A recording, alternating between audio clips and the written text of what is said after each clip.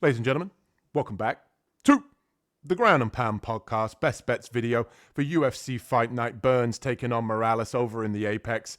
And as always, if you're enjoying the content here on the Ground and Pound podcast, hit that like and subscribe button as we talk parlays, we talk props, we talk money lines. And kicking things off in the video, as always, we have the Confident Slam parlay, the one that I put the most money on every week.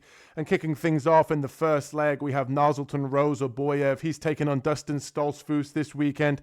I like this fight wherever it goes for Rozaboyev. On the feet, I think he's going to have the range. He's going to be difficult for Stoltzfus to get on the inside against the 6'5" Rozaboyev. We've seen in the past that Stoltzfus likes to mix in the wrestling.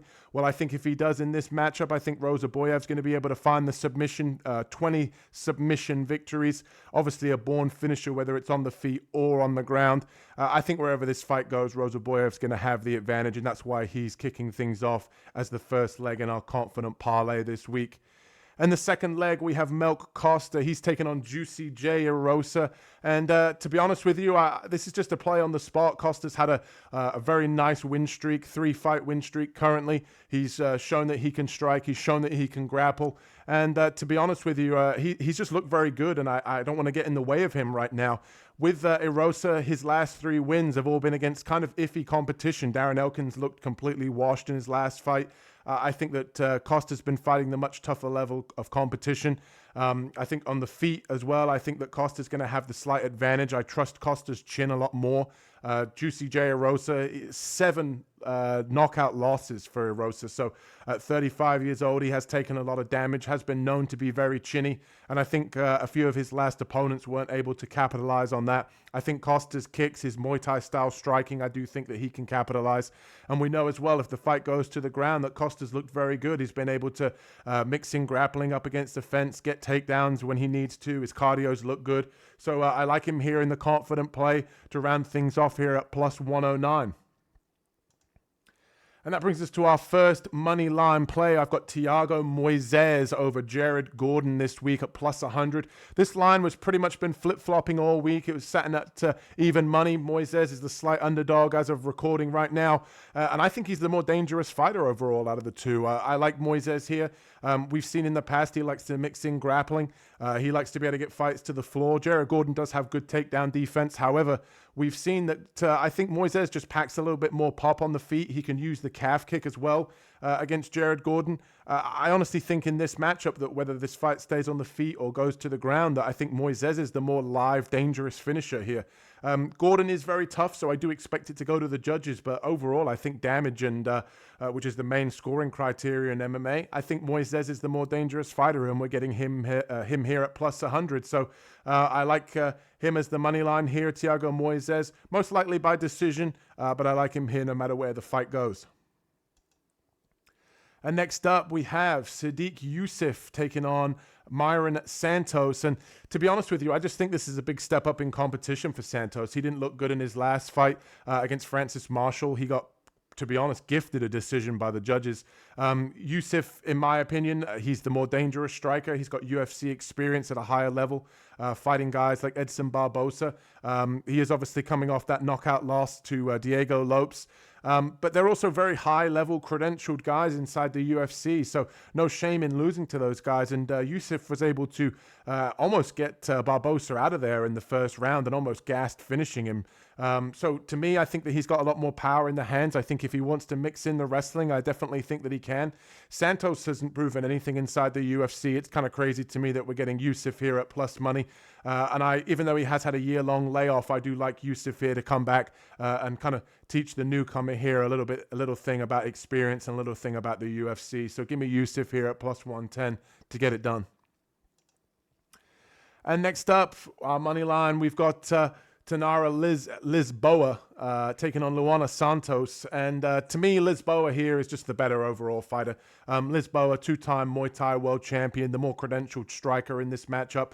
Santos is moving up from flyweight to bantamweight, so I think Lisboa is going to have a little bit of a size advantage. Obviously, Lisboa is coming off a 16-month layoff due to her knee injury. She had a knee surgery that she needed repairing. Obviously coming back, and she's been good for a while. I checked out her social media. She's been training, pretty much non-stop since October, full, live contact sparring and everything like that. So I think that she's going to come in here and just look like her old self. Santos, to be honest with you, she likes to get into the clinch and use her judo, but I don't think that she's going to be able to do that here against Lisboa. Lisboa is pretty good at keeping fights on the feet. Lisboa's got a history here against Valentina Shevchenko. She did lose a kickboxing and Muay Thai fight against Shevchenko, but made a good account of herself. So I think here at plus 140, I think that people are overlooking Lisboa, especially as the better striker. If she keeps this one on the feet, it's definitely going to be her, and it'll be a pretty confident pick overall if she keeps this fight on the feet. And that brings us to our dog of the week. And if you guys missed it, I did a full dog of the week video on the channel. I'll leave a link in the description. Basically, that video talks all about who my dog of the week is, my favorite underdog play this week. And for those of you that missed it, it is Paul Craig. I'll leave a link in the description if you guys want to check that out. I talk a little bit more in detail about why I think Paul Craig is the best value, the best underdog on this card.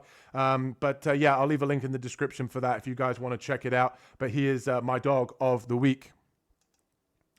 And that brings us to the prop section. And as I mentioned earlier, we've got Nazilton Rozaboyev by submission, plus 650. I think there's great value in that play.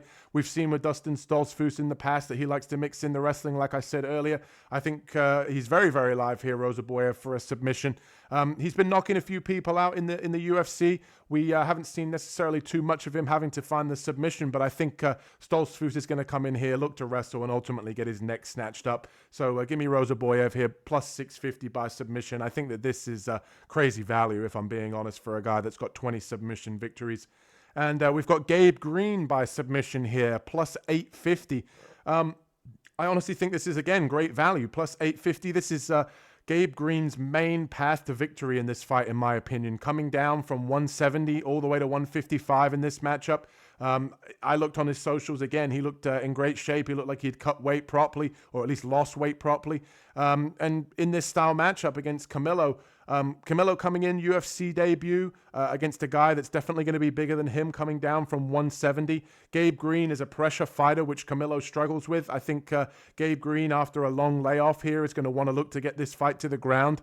I think that's definitely going to be the game plan the coaches are going to be planning for here for Gabe Green. He likes to pressure forward. He does have heavy hands as well, but I think that ultimately he's going to look to use his size and strength here to get this fight to the ground. And Camilo's 2 losses so far in MMA have both been by submission. So I think for Green here, I think he comes in. I think he gets the takedowns after pressuring and swinging his strikes, his heavy hands. I think he looks to level change as he gets him backed up against the fence, gets the takedown here, and ultimately finds a finish on the ground, hopefully submission here. And as I mentioned, Camilo, like I said, both of his losses by submission. So it's kind of crazy to me that plus 850 here for Gabe Green. I like both of these props. Like I said, 2 submissions. Hopefully we get 2 strangles here to round out our prop section on our best bets video.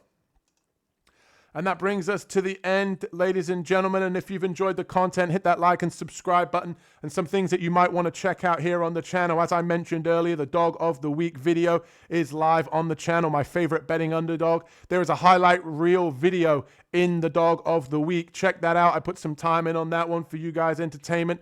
And also, I did a straight-to-the-point picks, quick picks video, a full card breakdown of this event, 15 minutes or less, explaining why I like each individual pick here. If you don't have time to do the long, drawn-out breakdowns, that one is for you. And as I always say, we'll see you in the next one. Peace.